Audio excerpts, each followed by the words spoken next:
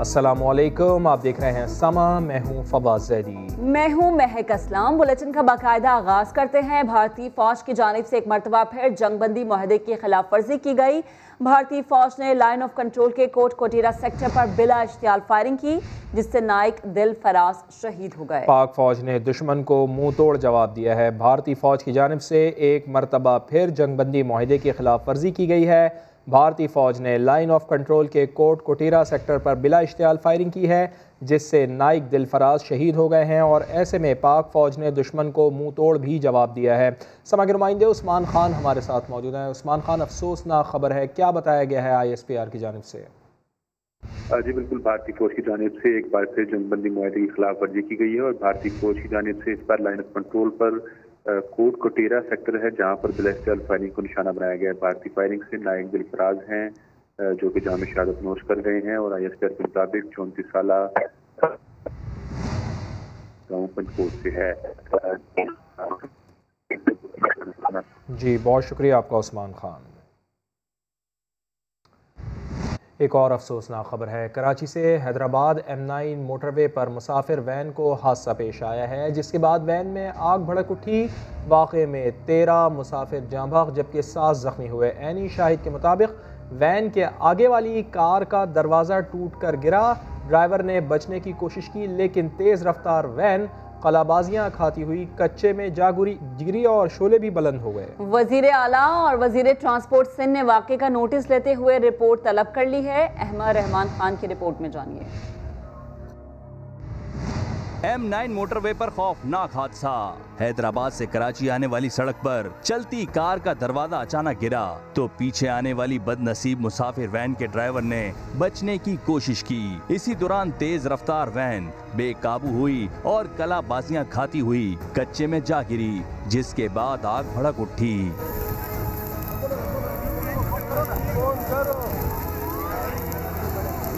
हादसे के फौरन बाद मोटरवे पुलिस के साथ साथ रेस्क्यू टीमों ने इमदादी कार्रवाइयां शुरू की। लाशों और जख्मियों को फौरी अस्पताल मुंतकिल किया गया।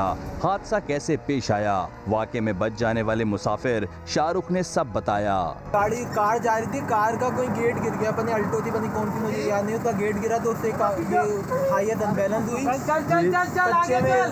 कच्चे में इसने 4-5 बार चक्कर लेकर गिर गई। जब लेकर गिरी तो सिलेंडर फटा तो शीशे के पास बैठा हुआ था। शीशे वाली साइड टूटी तो मैं निकल, शीशा टूट गया था यार। एक मिनट, शीशा टूटा, हाँ, तो फिर सिलेंडर फटा तो मैं जैसे निकलने लगा तो एकदम से आग लग गई। हादसे में जाँ बहक अफराद की मैयत शनाख्त के लिए सरखाने, जबकि जख्मियों को सिविल अस्पताल कराची मुंतकिल किया जा रहा है। उधर वजीर आला सिंध और वजीर ट्रांसपोर्ट सिंध ने वाक़े का नोटिस लेते हुए रिपोर्ट तलब कर ली। कैमरा टीम के साथ अहमद रहमान खान, समा, कराची। M9 मोटरवे पर मुसाफिर वैन के हादसे में जाँ बहक अफराद की तादाद 13 हो गई है। पुलिस के मुताबिक वैन में गैर कानूनी तौर पर 3 सिलेंडर्स लगे हुए थे। मजीद बता रहे हैं अहमद रहमान खान। जी बिल्कुल, इस वक्त हम उस स्पॉट पे मौजूद हैं जहां पर अब से थोड़ी देर कबल ये हादसा पेश आया था। ये हादसा कैसे पेश आया, अब ये तफ्तीश जो है वो शुरू कर दी गई है। आप ये देख सकते हैं कि यहाँ पर डिपार्टमेंट्स की जानिब से जो है वो तफ्तीशी टीम जो है वो यहाँ पर पहुँची हैं। DSP अली हैं जो बाकायदा गाड़ी का जो है वो मुआयना कर रहे हैं तमाम तर चीज़ों का। लेकिन इसमें हैरत अंगेज़ बात यह है कि एक कमर्शियल गाड़ी जो कि लोगों को हैदराबाद से कराची और कराची से हैदराबाद चलती थी, उसमें 3 सिलेंडर जो है वो लगाए गए थे। आप ये देख सकते हैं, मेरे कैमरामैन कासिम अगर आपको दिखाएं, एक है ये सिलेंडर, ये दूसरा सिलेंडर है और ये तीसरा सिलेंडर है, यानी कि 3 सिलेंडर लगाए गए थे। ये भी जो है वो गैस लीकेज और आग लगने का सबब जो है वो बन सकते हैं। हम यहाँ पर बात भी करेंगे। सर, क्या समझते हैं आपके हादसा क्या इन सिलेंडर्स की वजह से भी आग जो है वो लग सकती है? ये पॉसिबिलिटी है, मतलब मल्टीपल चीज़ें हो सकती हैं।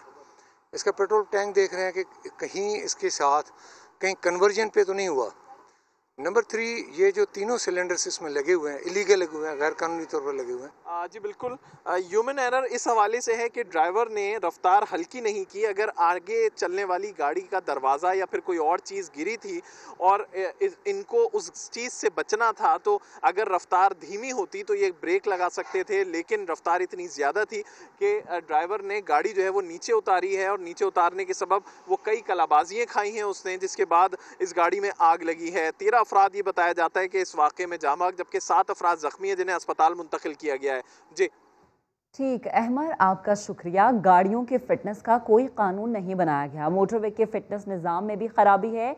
AIG याफ्ता पठान का समा से गुफ्तगू में एतराफ़, कहा मोटरवे पर चलने वाली गाड़ियां अनफिट हैं जिसके बायस हादसात हो रहे हैं। उनका मजीद क्या कहना था, आइए आपको सुनवाते हैं। एक्सीडेंट तो एक सडन अमल होता है। देखिए, एक्सीडेंट एक सडन अमल होता है, उसमें with in minutes fire brigade का पहुंचना या दूसरी चीज़ें तो पॉसिबल नहीं है, जो है ना, विद इन सेकंड्स और मिनट्स। असल है कि ओवरऑल क्या निज़ाम दुरुस्त है कि मोटर व्हीकल फिटनेस के निज़ाम में ख़राबी है। कारों के लिए कोई फिटनेस होती ही नहीं इस मुल्क के अंदर, क्योंकि कोई कानून ही नहीं मौजूद नहीं है। फिर जो फिटनेस हो रही है वो भी जाली टाइप की फिटनेस है। एक मोटर व्हीकल इंस्पेक्टर होता है, अपना रिश्वत और सरकारी फीस ले करके वो कर देता है। कोई वर्कशॉप नहीं है कि जिसमें पूरी दुनिया में वर्कशॉप होते हैं, जो है ना, वर्कशॉप में गाड़ी जाती है, प्रॉपर चेक होती है, कंप्यूटराइज चेकिंग होती है, मैनुअल चेकिंग होती है, फिर उसको फिटनेस सर्टिफिकेट जारी होता है। अच्छा, उस गाड़ी की निशान हुजूर थोड़ा एक्सप्लेन करने दें। यहाँ पर कई एक्सीडेंट्स होते हैं जो प्रॉपर फिट गाड़ियाँ नहीं चल रही हैं उनकी वजह से होते हैं, है ना, और प्रॉपर ड्राइविंग लाइसेंस का निज़ाम भी नहीं है मुल्क के अंदर। वाक़े के बाद लोग अपने प्यारों की तलाश में जाए हादसा पर पहुँच रहे हैं। एक शख्स का कहना था कि उसका भाई, भाभी और भतीजा भी इस बदनसीब वैन में सवार थे। हैदराबाद में रहते हैं, लतीफ़ाबाद 2 नंबर के अंदर। तो ये लोग कराची जा रहे थे तो सुना कि एक्सीडेंट हो गया है। क्या नाम था भाई का? भाई का नाम अहमद था। अहमद। यहाँ पे क्या मिलने के लिए आ रहे थे? जी, वो भाभी अपने ससुराल जा रही थी तो वो उनको लेके जा रहे थे। बच्चा भी था कोई साथ? बच्चा भी था। बच्चा तो सलामत मिला है, भाई सिविल के अंदर एडमिट हैं तो वो भी मिल चुके हैं, भाभी का कुछ पता नहीं चल रहा। अब आपको बताएं, मुल्तान के तालीमी इदारों में तलबा को आइस फरोख्त करने वाले 2 मुल्जिमान पकड़े गए। पुलिस ने लाखों रुपए मालियत की आइस भी बरामद कर ली। राशिद हमीद की रिपोर्ट। थाना शाहशम्स पुलिस की बड़ी कार्रवाई। मुल्तान के मुख्तलिफ तालीमी इदारों में आइस का नशा फरोख्त करने वाले गिरोह के 2 मुल्जमान गिरफ्तार कर लिए। मुल्जमान के कब्जा से 25 लाख रुपए से ज़ायद मालियत की आइस भी बरामद कर ली। उसके बाद से हमारे पास इन्फॉर्मेशन थी तो हम भावलपुर चौक के ऊपर हमने इसको अपने मुखबिर के थ्रू पकड़ के फिर इससे मंशियात बरामद हुई। फिर इसकी डिटेल्ड इंटेरोगेशन की तो उसमें ये पता चला कि ये आइस जो है इमरान नामी जो लड़के हैं वो जुनेद से लेके आता है, और जुनेद को फिर जब हमने पकड़ा तो ये सारा फिर हमारे पास गैंग है बस्ट हुआ। पुलिस के मुताबिक मुल्जमान की शनाख्त इमरान और जुनेद के नाम से हुई है। मुल्जमान क्वेटा से मुल्तान आइस स्मगल करते थे। बिल्कुल, मैं इस पर बड़ा परेशान हूँ। ये हमारी पहली खेप थी जिसके जो है ना जी वो डायग्नोज होगी तो पकड़ी गई, तो मुझे इस पर बड़ा अफसोस है कि मैंने जो है ना ये काम किया है। पुलिस ने मुल्जमान के खिलाफ मुकदमा दर्ज करके कानूनी कार्रवाई शुरू कर दी है। कैमरामैन अदनान सियाल के साथ राशिद हमीद, समा, मुल्तान। कराची तैयारा हादसे में जिंदा बच जाने वाले खुशनसीब मुसाफिर का सेहतियाब होने के बाद PIA में पहला सफ़र। सदर पंजाब बैंक ज़फ़र मसूद ने उसी सीट नंबर का इंतखाब किया जिस पर हादसे के वक्त वो सवार थे। लाहौर से देखिए रियाज अहमद की रिपोर्ट।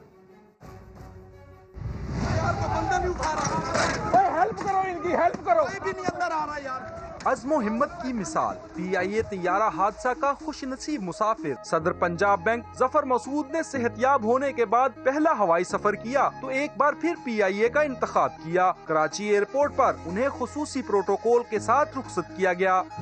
ज़फ़र मसूद PK 304 के जरिए अपनी पुरानी सीट पर ही कराची से लाहौर पहुँचे। CEO PIA air marshal Arshad Malik ने अपनी टीम के साथ उनका इस्तकबाल किया। खुशनसीब मुसाफिर का कहना था कि हादसात जिंदगी का हिस्सा हैं, इनसे डरकर वो कौमी एयरलाइन को नहीं छोड़ सकते। मैं आपको सच्ची बात बता रहा हूँ कि the sincerity that I have seen in MD PI's intentions and his team, जिनकी मेरी इंटरेक्शन हुई है, I thought that I need to contribute into that as well. And from day one I've been telling MD Saab that I will support PIA all throughout in their restructuring efforts, in their revival. CEO PIA ने एतमाद का इजहार करने पर खुशकिस्मत मुसाफिर का शुक्रिया अदा किया। बोले, इदारा अपने अजीम दोस्त की बहादुरी पर हमेशा एहसानमंद रहेगा।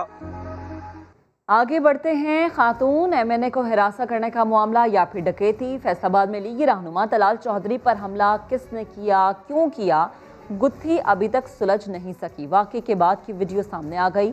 खातून MNA के भाई ने तस्दीक की कि हमला उनके घर के करीब ही हुआ, लेकिन वो मुलव्वस नहीं। फैसलाबाद में मुस्लिम लीग नून के रहनुमा तलाल चौधरी पर मुबैना हमला, 3 रोज तक लाहौर के अस्पताल में जेरे इलाज रहे। लीगी रहनुमा पर किसने हमला किया, कब किया और क्यों?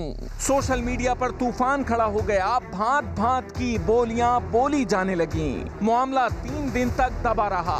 हलचल मची तो पहले तलाल चौधरी के वीडियो क्लिप मंजर आम पर आए, जिनमें वो जख्मी दिखाई दे रहे हैं। इन्होंने मेरा फड़ के फोन, मेरी आखिरी लोकेशन इत्थे आ, मेरी बाजू टुटी है। एसपी साहब नु बुला लो, सुहेल चौधरी साहब नु कहो कि तलाल साहब जल्दी जनाब ने पहुंचना पैना। धीरे धीरे कहानी खुलना शुरू हुई। पता चला कि तलाल चौधरी को 23 सितंबर की रात मुस्लिम लीग नून की खातून एमएनए के घर के करीब निशाना बनाया गया था। यके बाद दीगरे तलाल चौधरी के भाई और चाचा के बयानात भी सामने आए। दोनों ने वाक़े को अलग अलग अंदाज में बयान किया। तलाल के भाई बिलाल चौधरी ने हमले की तस्दीक की, जबकि चाचा ने कहा कि हमला नहीं हुआ बल्कि तलाल घर में सीढ़ियों से गिरकर जख्मी हुए हैं। तलाल चौधरी के वीडियो क्लिप सामने आने के बाद सीढ़ियों से गिरने वाला बयान तो बेमानी हो गया है। मेरी बाजू टूटी है, एसपी साहब नु बुला लो। तलाल चौधरी पर तशद्दुद आखिर किया किसने? खातून एमएनए के भाई भी लाइल्म है। हमारे घर की स्ट्रीट पे या उस सड़क पे कुछ इशू हुआ है, हमारे घर के बीच में कोई तो नहीं। हमें भी कोई महसूस हुआ था बाहर कोई फायरिंग या कोई इस तरह के मामला, पता नहीं क्या, मुझे याद नहीं। अस्पताल से जारी करदा तलाल चौधरी के एक्सरे में बाजू की हड्डी पर फ्रैक्चर देखा जा सकता है। अब तलाल चौधरी का वीडियो क्लिप बयान एक तरफ है, उनके भाई, चाचा और खातून एमएनए के भाई के बयानात दूसरी तरफ। पुलिस का मौक़िफ़ इन सब से जुदा है। यानी दर हकीकत आखिर मामला है क्या? पिक्चर अभी बाकी है। फैसलाबाद में लीगी रहनुमा तलाल चौधरी पर हमले का मामला, पुलिस ने वाक़े की इब्तिदाई रिपोर्ट तैयार कर ली है, जिसके मुताबिक तलाल चौधरी और लीगी एमएनए के दरमियान मामूली तल्ख कलामी हुई थी, जिसके बाद सुलह सफाई करवा दी गई। खुर्रम शहजाद की रिपोर्ट। इन्हां दियां सारियां औरतां दे नंबर लो, मैं इत्थे खड़ा हां, जिन्हों मर्जी बुलाओ। तलाल चौधरी का झगड़ा, फैसलाबाद पुलिस ने मामले की इब्तिदाई रिपोर्ट तैयार कर ली। मेरा मोबाइल से मेरी घड़ियां, मेरा सारा कुछ अंदर। रिपोर्ट के मुताबिक तलाल चौधरी ने 3:10 पर डकैती, जबकि खातून एमएनए ने 3:15 पर केनाल रोड पर मुसल्ला चोरों से मुताल्लिक फोन कॉल की। पुलिस मौके पर पहुंची तो इल्म में आया कि कोई वारदात नहीं हुई, बल्कि तलाल चौधरी और लीगी एमएनए के माबैन मामूली तल्ख कलामी हुई। अभी तक हमें कोई किसी फरीक ने दरखास्त नहीं दी। अगर कोई फरीक हमें दरखास्त देगा, इन दोनों में से जो कानूनी कार्रवाई बनती होगी हम कर लेंगे। अब मामला तो तब कोई एक्शन पुलिस देती है जब कंप्लेनेंट पार्टी आपको दरखास्त देती है। पुलिस रिपोर्ट के मुताबिक मुस्लिम लीग नून के सियासी अरकान ने तलाल चौधरी और खातून एमएनए के दरमियान सुलह करवा दी। दोनों रहनुमाओं ने कानूनी कार्रवाई करवाने से भी इनकार कर दिया। लेकिन आखिर ऐसी नौबत क्यों आई कि तलाल ने डकैती और खातून रहनुमा ने चोरी की शिकायत दर्ज करवाई? सवाल उठ रहे हैं। साबिक रुकने कौमी असम्बली तलाल चौधरी के मामले पर मुस्लिम लीग नून ने हकायक जानने के लिए 3 रुकनी कमेटी बना दी है। कमेटी की सरबराही सायरा अफजल तारर करेंगी और कमेटी को 3 रोज में रिपोर्ट पेश करने की हिदायत जारी की गई हैं। तो जिम्मेदार कौन है, अब इसकी तहकीकात की जाएंगी। और इस मामले पर मुस्लिम लीग नून ने हकायक जानने के लिए 3 रुकनी कमेटी बना दी है। कमेटी की सरबराही सायरा अफजल तारर कर रही हैं और कमेटी को 3 रोज में रिपोर्ट पेश करने की हिदायत जारी की गई हैं। तो तलाल चौधरी ने अपनी ही जमात की एमएनए को हिरासा किया। फैयाजुल हसन चौहान ने वाक़े के तमाम सबूत कल सामने लाने का कर दिया है ऐलान। शहबाज गिल का कहना है कि लीगी रहनुमा ने शर्मनाक हरकत की है। मरियम नवाज को तलाल चौधरी की बुनियादी पार्टी रुकनियत ख़त्म करके खातून का साथ देना चाहिए। पंजाब के वजीर इत्तलात तलाल चौधरी पर बरस पड़े। लीगी रहनुमा पर खातून को हिरासा करने का इल्जाम लगाया। कहा कि किसी और सियासी जमात में ऐसा नहीं होता। उन्होंने सवाल उठाया कि क्या मरियम नवाज तलाल चौधरी के खिलाफ कोई सख्त एक्शन लेंगी? अगर इस शख्स तलाल चौधरी को उस वक्त जब इसने हजारों के जलसे के अंदर एक इंतहाई मैनी खेज और एक मनफी किस्म का जनाब एक अशारेबाजी की थी जलसा आम के अंदर, अगर उस वक्त इसके खिलाफ तादीबी कार्रवाई कर ली जाती इनकी क़यादत की तरफ से और बेगम सफदर अवाल साहिबा की तरफ से, अगर उस वक्त जो है वो इसके मुतालिक बात कर ली जाती तो शायद आज इसको इतनी जुर्रत ना होती। वज़ीर आज़म के मुआविन खुसूसी शहबाज गिल ने कहा कि वाक़ये से मुस्लिम लीग का असल चेहरा अवाम के सामने आ गया। तलाल चौधरी मरियम सफदर के करीबी और काबिल एतमाद साथी हैं। उन्होंने लीगी रहनुमा की पार्टी रुकनियत खत्म करने का मुतालबा किया और कहा कि उनकी इत्तलात के मुताबिक खातून पर दबाव डालकर तलाल चौधरी के हक में बयान दिलवाया जा रहा है।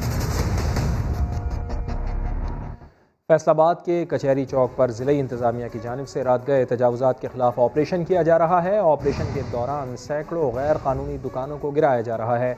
मज़ीद जान लेते हैं, समग्र नुमाइंदे उस्मान सिद्दीक हमारे साथ मौजूद हैं। उस्मान, रात गए ऑपरेशन किया जा रहा है, क्या दुकानदारों को नोटिस जारी किया गया था इस सिलसिले में? जी बिल्कुल, इंतजामिया का यही कहना है कि उनकी जानिब से नोटिस जारी किए गए थे कि ये गैर कानूनी दुकानें बनाई गई हैं जो स्कूल की इमारत के साथ साथ बनाई गई हैं, और इंतजामिया का यही कहना है कि सुप्रीम कोर्ट के अहकामात से इन तजावुज़ात को ख़त्म किया जा रहा है। पहले इनको नोटिस जारी किए गए लेकिन दुकानदारों की दुकानें ना हटाई थी, ये सब कुछ किया जा रहा है। दूसरी तरफ जो दुकानदार हैं वो ये कहते हैं कि उनको कोई नोटिस जारी नहीं हुआ और एकदम से इंतजामिया हैवी के साथ रात के वक्त में दावा बोल रही है, लेकिन जितना भी ये स्कूल है इसके ठीक है, बहुत शुक्रिया आपका। मौलाना फजलुर रहमान तो बड़े धन दौलत वाले निकले। इस्लामाबाद और कराची समेत मुख्तलिफ शहरों में बंगले और मार्केट्स JUI सरबराह के असासों में शामिल हैं। नैब ने मौलाना की हजारों कनाल ज़राई अराज़ी भी ढूंढ निकाली। इस्लामाबाद से सुहेल रशीद रिपोर्ट करेंगे। मौलाना फजलुर रहमान के पास कितने असासे और जायदादें? नैब का रेडार घूमा तो इब्तदाई मालूमात में ही बड़े इंकिशाफात सामने आ गए। इस्लामाबाद, कराची, पेशावर, क्वेटा और होम टाउन डेरा इस्माइल खान समेत मुख्तलिफ शहरों में JUI सरबराह की कीमती जायदादें मौजूद। नैब ज़राए के मुताबिक मौलाना हजारों कनाल ज़राई अराज़ी के भी मालिक हैं। कौमी एहतिसाब ब्यूरो को मौसूल होने वाली मालूमात के मुताबिक मौलाना फजलुर रहमान डेरा इस्माइल खान में 5 और इस्लामाबाद के सेक्टर F8 में 1 बंगले के मालिक हैं। चक शहजाद इस्लामाबाद में 3 अरब रुपए मालियत की जमीन हाल ही में भारी मुनाफा पर फरोख्त की गई। हिम्मत गांव डेरा इस्माइल खान में 300 कनाल जमीन पर 100 कनाल का बंगला अब भी मौजूद। डेरा इस्माइल खान में 15 एकड़ ज़रई जमीन, 5 कनाल का प्लाट, 1 घर और मदरसा असासों में शामिल। तहसील परोआ में 900 कनाल, गरा रहमान में 1500 कनाल भी मौलाना फजलुर रहमान की मिल्कियत निकली। नैब ज़राए के मुताबिक यही नहीं, डेरा इस्माइल खान में 16,257 कनाल से जायद जमीन और 5 कनाल 2 मरला पर बनी मार्केट सरबराह JUI के असासों का हिस्सा है। नैब ने कराची, पेशावर और क्वेटा में मौलाना के मिल्कियती कई फ्लैट्स और दुकानों की मालूमात भी हासिल कर ली है। वज़ीर आला सिंध ने गैर अहम मकाम पर करोड़ों रुपए मालियत से मनोड़ा बीच रोड का इफ्तिताह कर दिया है, लेकिन शहर की खंडर बनी अहम शाहराहों को भूल गए। सैंडस्पिट जाने वाली माड़ीपुर रोड समेत शहर की दीगर टूटी फूटी सड़कें हुकूमती तवज्जो की मुंतज़िर नजर आती हैं। कराची की टूटी फूटी सड़कें और इन पर बड़े बड़े गड्ढे, हचकोले खाती गाड़ियां भी अक्सर होती हैं हादसात से दोचार। सिर्फ तफरी की खातिर 45 करोड़ 60 लाख रुपए मालियत से मनोड़ा बीच रोड का इफ्तिताह तो कर दिया गया, लेकिन वजीर आला सिंध शहर के बीचों बीच अहम शाहराहों के कई फुट के गड्ढे भूल गए। माड़ीपुर रोड हो या गुलबई रोड, यहाँ से जाने वाले हजारों मुसाफिरों की पहले ही कमर टूट जाती है। सैंडस्पिट जाने वालों का हाल भी कुछ मुख्तलिफ नहीं होगा। शहरी कहते हैं सिंध हुकूमत आगे दौड़ पीछे छोड़ वाली बातें करती है। मर रहे हैं, जलील हो रहे हैं, परेशान हाल है, कोई पूछने वाला नहीं है। गाड़ियाँ जो है हिचकोले खाती हुई यहाँ से जाती है, ऐसा लगता है कि बस जो है वो गिर जाएगी, बिल्कुल इस तरह से खड्ड में गिर जाती है, ऐसा लगता है कि बस अब गिरने वाली है।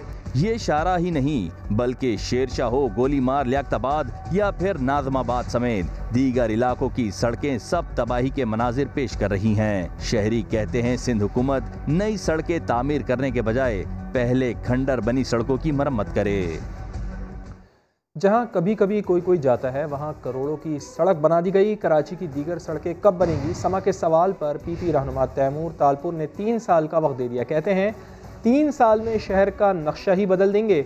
PTI रहनुमा हलीम आदिल बोले अवाम के बजाय खवास के लिए खर्चा किया जा रहा है। सिंध सरकार ने मरकजी शाहराहों पर पैसा लगाने की बजाय गैर अहम सड़क की तामीर पर करोड़ों लगा दिए। समा ने मामला उठाया तो सूबाई वजीर तैमूर तालपुर ने शहर की हालत सुधारने के लिए 3 साल लगाने का बताया। हम अगली इलेक्शन से पहले इंशाल्लाह कराची का नक्शा बहुत कर देंगे। सर 3 साल, ये तो कुछ ज्यादा ही टाइम नहीं हो गया? 3 साल ज्यादा टाइम नहीं है, बहुत बड़ा शहर है कराची। PTI रहनुमा हलीम आदिल शेख ने सूबाई हुकूमत की तरजीहात पर तनकीद की। खुदारा कराची के रोड तो बनाए, ये मारीपुर रोड तो बनाए, ये जो शहर पूरा खंडर बन गया, शहर कराची को जो उजड़ चुका है, उसके ऊपर तो कोई नजरे करम करे, वो फैसले भी करने चाहिए जो अवामी मफाद आमा को। MQM रहनुमा रेहान हाशमी ने भी सूबाई हुकूमत के फैसलों पर कड़ी तनकीद की। रेहान हाशमी ने पीपल्स पार्टी पर सियासी इंजीनियरिंग का इल्जाम लगाया। कहा कि सिंध हुकूमत अपना वोट बैंक मजबूत करने के लिए मखसूस मंसूबों पर काम कर रही है।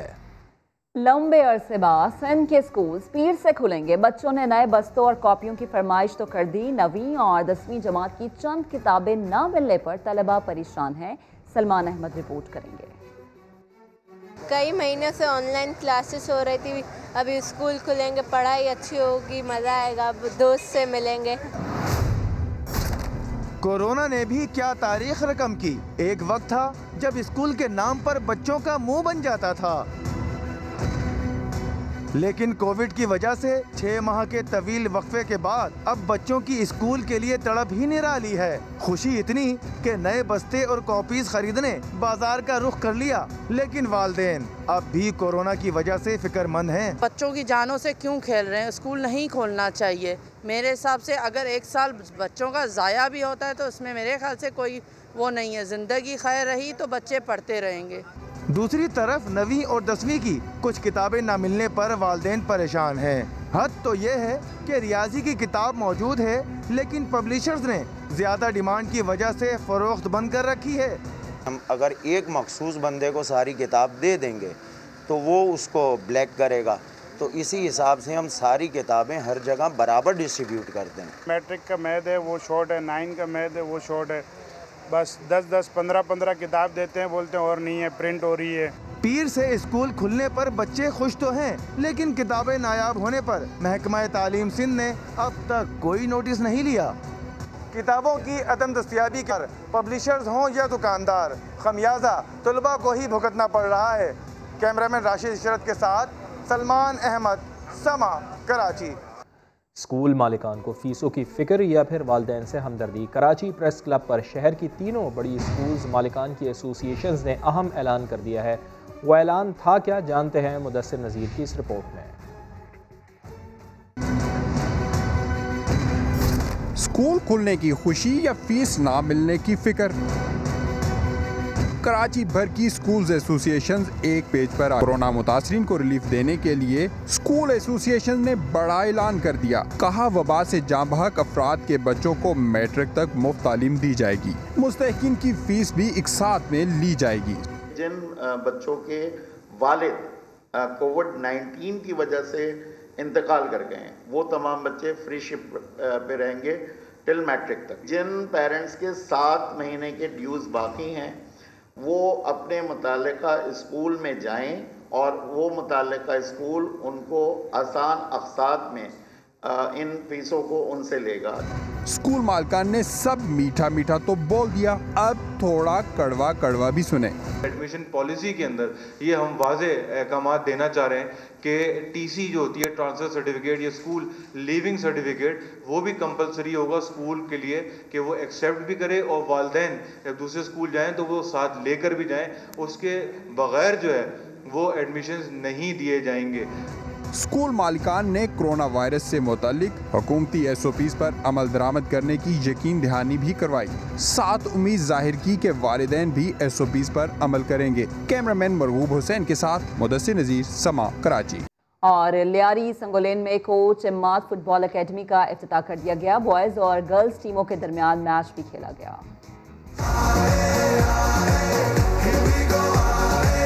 खूबसूरत मैदान और जीत के लिए जान लड़ाते खिलाड़ी। लियारी के इलाके संगुलैन में फुटबॉल के दीवानों के लिए सहूलियात से आरास्ता एकेडमी तैयार। ग्राउंड में इटली से दरामद शुदा और फीफा से मंजूर शुदा सिंथेटिक टर्फ बिछाई गई है। इफ्तिताही तकरीब के मौके पर नुमाइशी मैच भी हुआ। सिंगुलर में ग्राउंड बना बहुत अच्छा बना, हम लोग बहुत खुश हैं यहाँ पर खेलने के लिए आए। और यहाँ पर पहले बॉयज़ खेलते थे, अब हम लोग भी लड़कियाँ भी खेलते, गर्ल्स भी अलाउ है। हम लोग बहुत खुश हैं। बहुत खुश है कि हमारे लियारी में बहुत अच्छा ग्राउंड बना है। इंशाल्लाह हम पाकिस्तान के टीम में खेलेंगे, सब मेहनत करेंगे।